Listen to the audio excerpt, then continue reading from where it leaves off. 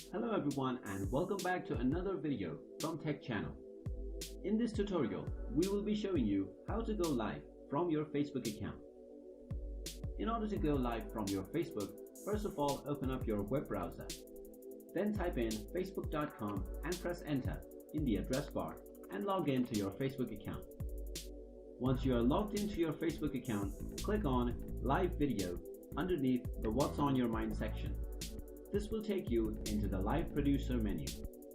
You can choose your camera settings from the Setup menu, or you can share your screen by clicking on Start Screen Share. Click on the drop-down menu alongside the Stream button in order to change your live broadcast settings. From here, set your latency settings and also various other features for the live broadcast. Once everything is set up, go ahead and click on the Go Live button. You will see a countdown timer on your live preview window. Now your live stream to your Facebook audiences will begin. You can check your live stream status underneath the Stream Metrics menu.